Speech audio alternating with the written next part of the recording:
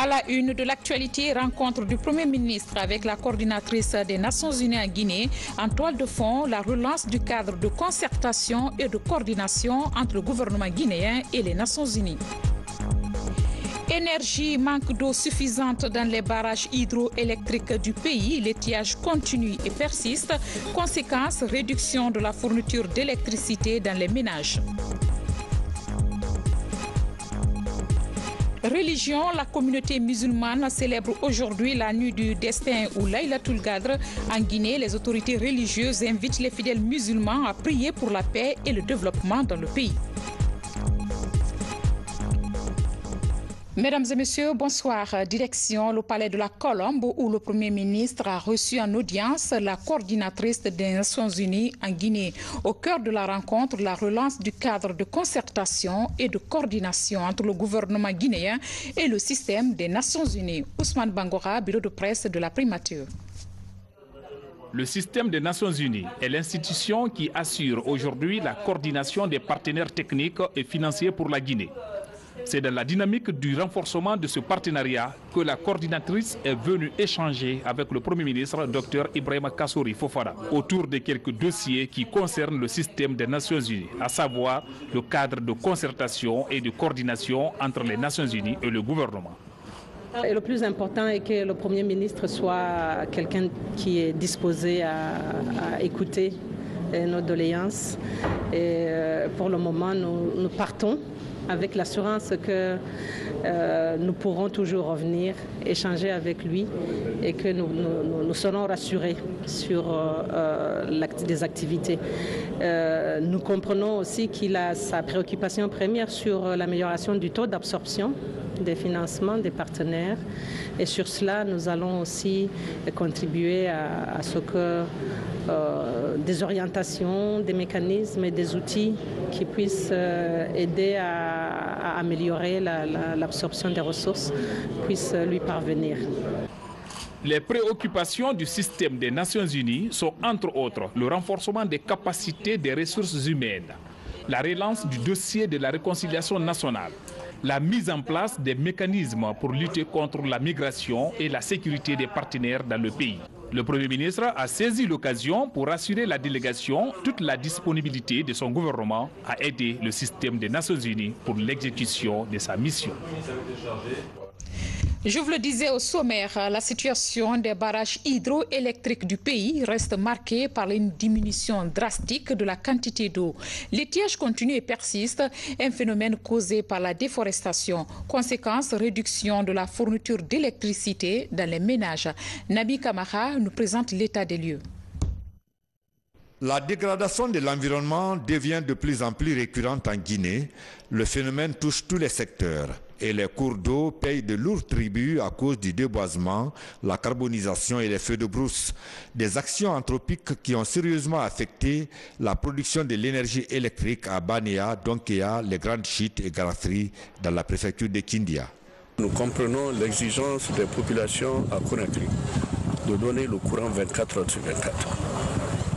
C'est une exigence normale, mais il faut tenir compte du phénomène que nous vivons aujourd'hui, ce phénomène dévastateur qui est en train de détruire notre environnement. La coupe de bois le long de ces fleuves, la fabrication des briques cuites, la culture sur brûlis, tout ça, ça contribue à dégrader aujourd'hui le bassin de Konkouré, ce qui fait que le débit à l'étiage devient extrêmement faible et on ne peut pas satisfaire les besoins.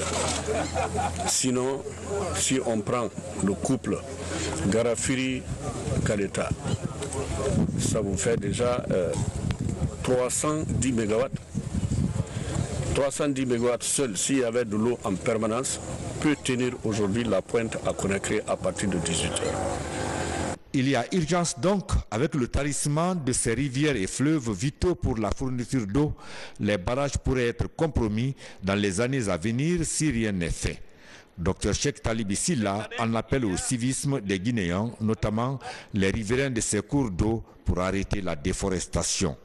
En attendant, EDG est prête à assurer la fourniture régulière du courant aux populations en cette fin du mois de Ramadan et pendant la Coupe du Monde Russie 2018. La gestion du niveau de la retenue du barrage de Garaféry a été faite de telle façon à avoir le maximum de productible possible à ce niveau de la saison, pour faire face d'ailleurs à la période du Ramadan actuel et ensuite à la période qui va commencer à partir du 14 avec la Coupe du Monde de football. EDG invite cependant tous ses clients à économiser l'énergie pour la redistribuer à grande échelle aux populations. À Conakry, le nouveau bureau de la Fédération guinéenne de la pêche artisanale se veut mieux organisé et plus moderne. Et pour ce faire, il procède à l'immatriculation des barques. L'opération consiste à contrôler les acteurs concernés pour une parfaite maîtrise de la filière. Abdoulaye Diallo apporte des précisions. Bientôt l'immatriculation des barques, une première dans le secteur de la pêche artisanale en Guinée. L'initiative du nouveau bureau de la fédération consiste à réorganiser la filière et mieux contrôler les acteurs qui opèrent autour des 350 km de façade maritime. Aujourd'hui, il ne faut pas se cacher. Au niveau de la pêche artisanale, c'est de la pagaille. Les barques sierra-léonais, léounais, ghanais sont tous mélangés. On ne peut pas comprendre qui est national, qui est étranger. Donc, à travers l'immatriculation, on pourra connaître réellement les barques nationaux et les barques étrangères. Au port des pêches artisanales de Kaporo, les initiateurs expliquent aux acteurs le bien fondé de cette immatriculation des barques. L'idée est hautement accueillie chez les pêcheurs. C'est une bonne chose pour moi. Je répète le même mot, c'est une bonne chose pour moi. Comme tout chacun de nous, on ne peut pas refuser, on ne peut pas nier. Cela va améliorer, n'est-ce pas, la pêche artisanale guinéenne, beaucoup même. D'autres perspectives sont envisagées pour redonner un souffle nouveau à la pêche artisanale. Il s'agit par exemple de la mise en œuvre de la politique d'assurance des barques et de la relance de la mutuelle de crédit et de financement pour soutenir les acteurs de la filière. Dossier QNet, on en parle dans ce journal. Depuis plus de 4 mois, cette société en ligne fait objet de scandales quant à son caractère légal. Plusieurs personnes se disent victimes de QNet. Le dossier est en instruction au tribunal de première instance de Dixine. Retour sur ce dossier avec Alfaïssi Agaba, ça en Maratolno. Depuis le début du mois de mars dernier, QNet, une société de vente en ligne, est accusée d'escroquerie à grande échelle par les services spéciaux de lutte contre les crimes organisés. Certains de ses responsables ont été mis aux arrêts avant d'être libérés par la justice. Mais à Conakry et dans les capitales régionales du pays, une centaine de victimes réclament réparation des préjudices subis. Mariam Sanoussi Kamara, la vingtaine, aurait perdu plus de 20 millions de francs guinéens. Sa plainte est déposée en justice depuis le début du mois d'avril. On ne s'attendait pas aux différentes questions que les juges étaient là à nous poser, soit disant que comment est-ce que le dossier est arrivé jusqu'ici à la cour d'appel, alors que notre première plainte, on avait déposé ça depuis le tribunal de Dixine. Et au tribunal de Dixine, quand l'ordonnance de non-lieu est sortie, on s'est dit, mais pourquoi l'ordonnance de non-lieu? Ils disent qu'il n'y avait pas de partie civile, que c'est les gens de QNet qui ont répondu à l'appel, que nous, ils nous ont jamais vus. On s'est dit, d'accord, si c'est comme ça, on a déposé une nouvelle plainte à la cour d'appel. Ils ont dit que nous sommes venus tardivement, que parce que le premier dossier, la première plainte qui était déjà déposée, que c'est les gars de QNet qui ont répondu, qu'ils n'ont pas vu de partie civile. Donc c'est pourquoi ils ont libéré les gens qui étaient détenus. Ce dossier est en instruction actuellement au tribunal de première instance de Dixine, comme bien d'autres plaintes. Pour raison de secret de l'instruction judiciaire, le juge n'a pas voulu communiquer sur le dossier. L'avocat de QNet reste serein. il soutient qu'aucun plaignant ne dispose de preuves concrètes. Les gens ils se disent victimes. Mais le problème qui est là, c'est que lorsqu'on estime qu'on est léger dans une procédure, il faut qu'on vienne avec les preuves de cela. Alors, durant toutes les procédures que personnellement j'ai suivies avec certains confrères pour CUNET, nous n'avons pas trouvé des personnes qui ont véritablement démontré leur qualité de victime. Alors, c'est pourquoi on a d'ailleurs eu l'ordonnance des non-lieux, on a eu des relax. Alors, voilà. Je ne dis pas que l'activité de CUNET ne préjudicie pas certaines personnes, non, loin de là. Mais les dossiers pour lesquels nous nous sommes saisis, nous avons toujours eu soit une ordonnance de non-lieu ou une décision de relax. Des deux côtés, chacun se défend bec et ongle dans l'attente de la tenue de la dernière audience dans l'affaire CUNET. Nous irons jusqu'au bout parce qu'on ne va pas du tout laisser. Nous sommes escroqués et arnaqués par la société CUNET. Ce qu'ils nous ont dit et la réalité qu'on a vue à CUNET, c'est complètement différent. C'est complètement différent. Ils ne disent jamais la vérité aux gens. CUNET existe, elle est reconnue, son activité elle est parfaitement légale en République de Guinée. L'audience dans l'affaire CUNET est à son 3e report. Pour les victimes, l'attente devient longue. La prochaine audience, peut-être ultime, est prévue pour le lundi 18 juin à la Cour d'appel de Conakry.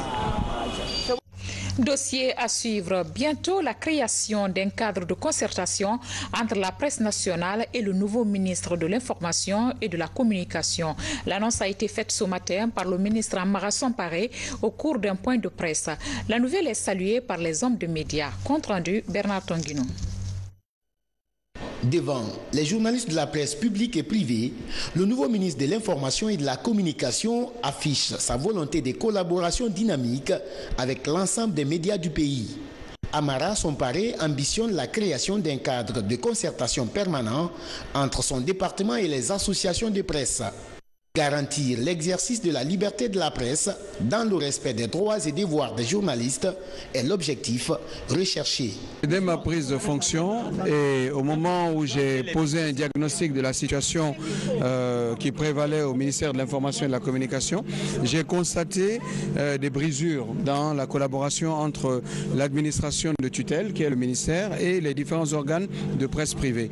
C'est pourquoi j'ai décidé de leur tendre la main, d'aller vers eux, d'aller vers vous, pour qu'ensemble nous réfléchissions à la meilleure façon d'organiser le secteur d'activité qui est le vôtre.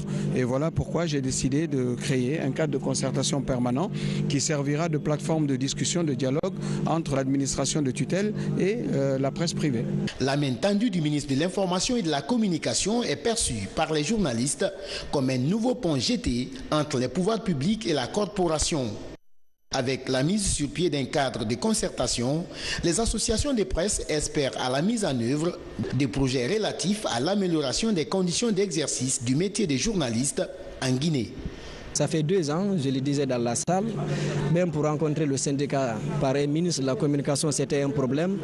Mais si le nouveau ministre lui-même vient, il tend la main pour venir vers la presse privée, je pense que c'est une très bonne opportunité que l'ensemble des médias doivent vraiment essayer de profiter pour que nous puissions collaborer. Bien collaborer comme lui-même il l'a dit. La presse publique ou la presse privée, ce sont les journalistes, tous dans un même pays comme la Guinée. Je pense qu'avec ce nouveau ministre, la collaboration, je ne dirais pas qu'elle sera parfaite, mais vraiment elle sera très bonne parce que nous avons vraiment vu rencontrer un ministre qui est vraiment à l'écoute des médias, qui est aussi même venu écouter nos doléances. Dans les prochains jours, un comité mixte sera composé pour servir d'interlocuteur au département de l'information autour des réformes à engager. L'approche devrait permettre de décrisper davantage le climat des relations entre la presse et les pouvoirs publics. Troisième grand titre de ce journal, les fidèles musulmans célèbrent ce lundi la nuit du destin ou Laylatul Qadr. Selon les leaders religieux, cette nuit est intimement liée au Coran, livre de référence des musulmans révélé au prophète Mahomet, paix et salut sur lui. La déclaration du secrétaire général des affaires religieuses est commentée ici par Aboubakar Gabi. Suivez. Ce lundi soir, la nuit du destin va être célébrée par les fidèles musulmans du monde entier. C'est la dernière ligne droite du mois saint de Ramadan. Communément appelée Laylatul Qadr, cette nuit est marquée par de forts moments de spiritualité. Selon les religieux, cette nuit est la plus importante du calendrier lunaire. Cette nuit a une valeur inestimable. Il est rapporté dans le Saint-Coran, Sourate 97, verset 3, qu'elle vaut mieux que 1000 mois réunis, soit plus de 83 années et 4 mois d'adoration. Les fidèles musulmans vont réciter le Saint-Coran tout au long de cette nuit, que ce soit à la mosquée ou chez eux. À cet effet, Ali Jamal Bangoura, secrétaire général aux affaires religieuses, invite ses co-religionnaires guinéens à avoir une pensée pour le pays dans leurs prières et bénédictions. J'invite les croyants et croyantes de Guinée à se surpasser pour porter leurs demandes auprès d'Allah le Tout-Puissant, afin de ne pas rater les bénédictions et miséricordes qui descendront en abondance au cours de cette nuit. Ces vœux sont certes personnels ou familiaux, mais ils doivent s'étendre à l'amour de la patrie et de tous ses fils. La nuit du destin symbolise la révélation du Saint-Coran au prophète Mahomet, paix et salut sur lui, par l'ange Gabriel. Mieux, l'occasion est offerte aux croyants qui en font la demande en parfaite soumission à leur Créateur de voir exaucer toutes leurs invocations. À propos de ce communiqué conjoint des ministres en charge de la fonction publique et du travail, conformément aux dispositions du décret numéro D 95-250 PRG-SGG du 1er août 1995, instituant les fêtes légales en République de Guinée, les ministres en charge de la fonction publique et du travail portent à la connaissance des travailleuses, travailleurs et agents des secteurs publics, mixtes et privés que la journée du mardi 12 juin 2018, lendemain de la nuit de Laylatul Qadr, est déclarée fériée, chômée et payée sur toute l'étendue du territoire national. Les ministres en charge de la fonction publique et du travail profitent de cette heureuse occasion pour souhaiter bonne fête à tous les fidèles musulmans de Guinée. Signé Billy Nankouma Doumbouya. Justement, nous sommes dans le dernier virage du mois de Ramadan et qui parle de Ramadan parle aussi de solidarité. Cette solidarité, la première dame en a fait sa priorité durant ce mois saint. Adja Diané Kondé vient d'offrir encore des vivres aux orphelins de la cité d'Almine de Fria. Mouri Sidibé signe ce reportage. Après la ville de Conakry, la Fondation Prosmi de la Première Dame de la République intensifie ses actions de charité à l'intérieur du pays. Les imams, les femmes et les enfants orphelins des 13 quartiers de Fria reçoivent des sacs de riz et des bidons d'huile.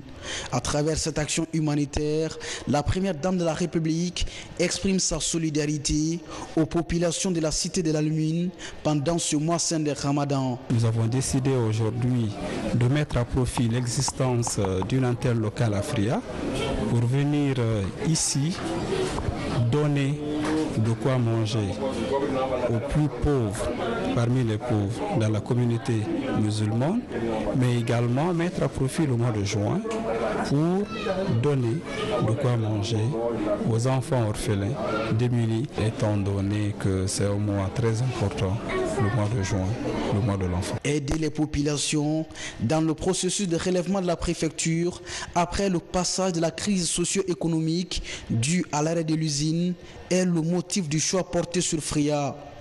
Ce don est venu à un moment où vraiment il y avait une certaine nécessité qui s'imposait. Vous ne pouvez pas mesurer la portée par laquelle nous sommes comblés de joie. À travers ça, tout Fria est comblé de joie.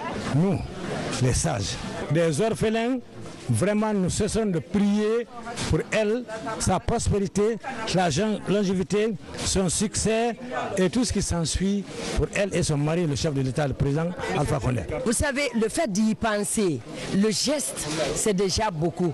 Beaucoup pour qui? Pour nous les femmes. Parce que vous n'êtes pas sans le savoir que dans le ménage aujourd'hui, si tu vois un ménage réussi, c'est la femme. Devant la délégation venue de Conakry, les articles confectionnés par les jeunes filles boursières formées en Turquie grâce à l'implication de la Fondation Prosmi sont présentés. Parmi ces articles, des tapis de prière, des jeunes filles devenues autonomes qui se prennent désormais en charge. Maintenant, place à la rubrique La Guinée en bref ou le condensé de l'actualité nationale. Commentaire signé Diamo Kaba.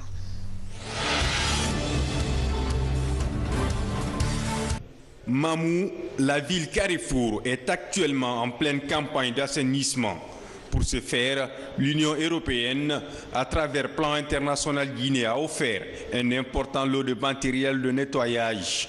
Ces outils sont destinés aux 720 jeunes recrutés dans le cadre de la mise en œuvre du projet Rosed dans les communes urbaines de préfecture de Mamou, d'Alabapita et Labé. La réception de cet important lot d'équipements de cantonnage devrait permettre l'assainissement des principales voiries urbaines et créer 60 emplois directs pour les jeunes filles et garçons déscolarisés ou diplômés sans emploi. Gratifoire est un nouveau marché où les personnes de bonne volonté déposent des objets déjà utilisés. Après collecte, les mêmes sont octroyés aux enfants déshérités. Cette première édition a pu mobiliser des habits ainsi que des fournitures scolaires et du manger. Tous sont destinés aux enfants de quelques orphelinats de Conakry. Aujourd'hui, nous avons plus que jamais besoin de solidarité pour un peu tendre vers le développement souhaité. Et comme le dit déjà notre devise, travail, justice, solidarité. Et donc la solidarité, c'est la clé de notre développement. Culture de la paix et développement durable sont les grands thèmes de ce rendez-vous islamique animé par le grand imam de la mosquée Faisal.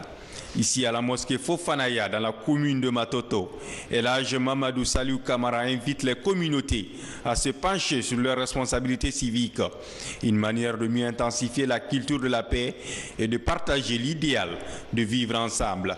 Alors je invite tout le monde de se donner la main pour instruire la paix dans la Guinée et débrasser toutes sortes de violences et toutes sortes de divisions ethniques. Si on a pratiqué ça, en réalité, la Guinée sera devant tous les pays d'Afrique. La promotion de la paix, aussi l'une des missions de la Fondation Aboubakar Bobodi pour la paix. À la grande mosquée de Hamdalaï, les efforts sont conjugués dans ce sens pour sensibiliser les citoyens sur le bien fondé de promouvoir et de préserver la paix et la coexistence pacifique. La rencontre est initiée par les jeunes leaders de Hamdalaï Nyariwada. Quand il s'agit de la paix, soutenons tous la paix. Donc nous aussi, nous voulons que notre axe-là soit un axe de la paix, pour ne plus qu'on voit vraiment des violences sur notre axe, parce que la jeunesse est vraiment fatiguée. Elles s'engagent au service de la paix et de la jeunesse. Elles, ce sont les femmes catholiques qui se sont retrouvées récemment à Kindia, un séminaire qui a coïncidé avec la visitation de la Vierge Marie. Reportage signé Marie-Angélique Bangora. La rencontre brise toute barrière entre ces femmes réunies ici en fraternité. Ces instants sont aussi partagés avec les autres femmes de toute confession religieuse de Kindia. Entre elles, les échanges sont fructueux. À l'occasion, les autorités régionales, préfectorales et ecclésiastiques sont présentes. Les débats ont favorisé le renforcement des liens entre ces autorités et ces femmes leaders de la paix. L'esprit qui les anime, qui concerne la paix dans notre pays, que Dieu l'exauce. Parce que nous avons besoin de ça pour vivre ensemble. Nous avons besoin de paix pour nous développer. Nous avons besoin de paix pour nous sentir guinéens tout court. Donc vraiment, les femmes ont pris une belle initiative. Elles sont à féliciter, elles sont à remercier, elles sont à encourager. Le rôle de la femme est multiple, symbole de la réussite, une mission qui fait d'elle une mère rassembleuse, mais aussi éducatrice à la base. Dans l'Église, elle est interpellée à accompagner les jeunes pour préparer la relève. Vous devez avoir un regard sur vos enfants pour les aider à être mieux que nous, à amener la Guinée plus loin que nous. À Kindia, c'est aussi le moment de faire le bilan des activités. Depuis le 9 juin 2012, Laurentia Niepou Traoré assure la présidence des fraternités des femmes catholiques. Après 6 ans de mandat, elle passe la main à Juliette Titi Kamano pour des raisons de santé. Nous avons formé les femmes sur l'autonomisation de la femme, l'initiation à l'informatique, l'élaboration des plans d'action, l'observation des élections, la gestion des microcrédits et la saponification. Ce cheminement est une opportunité donnée aux femmes catholiques de redorer leur blason et d'intervenir pour le développement de l'Église et de militer davantage pour la paix et pour l'encadrement des jeunes. Des instants d'échange spirituel marqués par la remise de cadeaux. Comme à l'accoutumée, la cérémonie est aussi marquée par la remise du flambeau. Kindia remet ici le flambeau aux femmes de Saint-Michel de Coléa pour la visitation prochaine de l'Association des femmes catholiques de l'archidiocèse de Conakry. Ce qui nous amène à ce public reportage. La Guinéenne de construction et de prestation de services grandit et exporte son expertise dans les pays voisins. Après 20 ans d'expérience dans les bâtiments et travaux publics en Guinée, Guicopress dépose ses valises en Sierra Leone où elle apporte son savoir-faire dans la construction des voiries urbaines. Explication Mangafode Touré. La Guinéenne de construction et de prestation de services Guicopress fait parler de son expertise en Sierra Leone depuis 4 ans. Dans les villes de Kono et de Kabala, l'entreprise guinéenne travaille sur des projets de réhabilitation de voiries. Plus de 26 km/5 de routes sont aménagées. Le projet est aujourd'hui exécuté à plus de 92%. Le projet Kono-Kabala, c'est un projet de voirie urbaine à réhabiliter dans la ville de Kono et de Kabala, composé en 2 phases, à savoir une partie pour Kono, qui regroupe les 80% du projet, qui fait 20 km 500, et une partie sur Kabala, qui fait les 6 km. Dans l'ensemble, nous sommes à 92% d'exécution. Vous avez ici l'exemple type de la société guinéenne qui exporte ses compétences, son sérieux, ses savoir-faire. Encore une fois, c'est une logique de développement du groupe Guicopress. Ces compétences, ce sérieux, ces savoir-faire qui ont été développés pendant de longues années au niveau national en Guinée, logiquement un jour sortent des frontières. Mais sortent parce qu'on a la motivation pour le faire, mais parce qu'il y a un appel. Il y a un appel d'air, si vous voulez. Je crois qu'une région se développe en appelant les compétences présentes sur le sol africain et concrètement ici sur le sol de l'Afrique de l'Ouest. Dans le domaine de la construction des routes, Guicopress devient peu à peu un label dans la sous-région. Son installation récente au Sénégal et sa conquête de nouveaux marchés au Congo donnent une nouvelle dimension à cette entreprise guinéenne créée il y a 20 ans. On termine cette édition par l'actualité sportive et c'est la Coupe du Monde Russie 2018 qui focalise l'attention. À Conakry, les supporters continuent à alimenter les débats sur les mérites de leurs équipes favorites et de faire leurs pronostics. C'est dans notre rubrique Mon équipe favorite animée par Abdulaziz Valdi. FIFA World Cup returns. We're back, boy, back.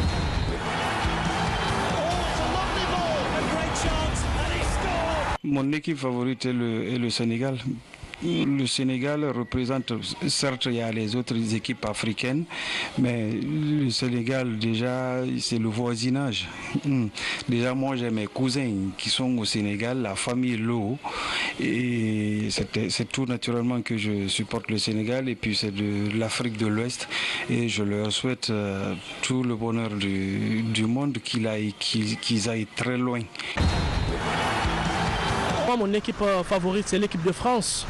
Aujourd'hui, on se rend compte que l'équipe de France dispose d'une qualité exceptionnelle de joueurs, de jeunes joueurs qui arrivent, qui ont envie de montrer à la face du monde qu'ils sont les meilleurs. Quand vous prenez aujourd'hui par exemple Ousmane Dembélé, on prend par exemple Paul Pogba, on prend Antoine Griezmann, ce sont des joueurs aujourd'hui qui ont fait leur preuve sur l'échiquier continental européen. Mon équipe favorite, c'est le Brésil. Je veux supporter le Brésil parce que j'aime le Brésil et depuis mon enfance, je supportais le Brésil. Et il y a mon joueur aussi, Neymar. Tellement il est efficace, c'est pourquoi je supporte le Brésil.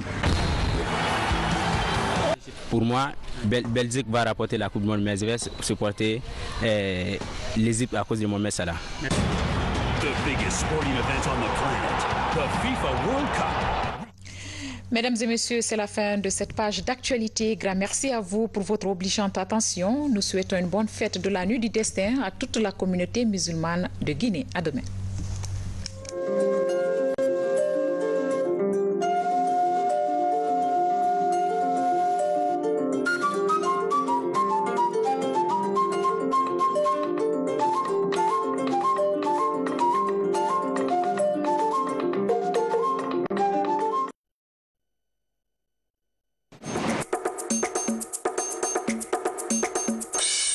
La première édition du Forum international pour le développement du parlementarisme s'est tenue à Moscou.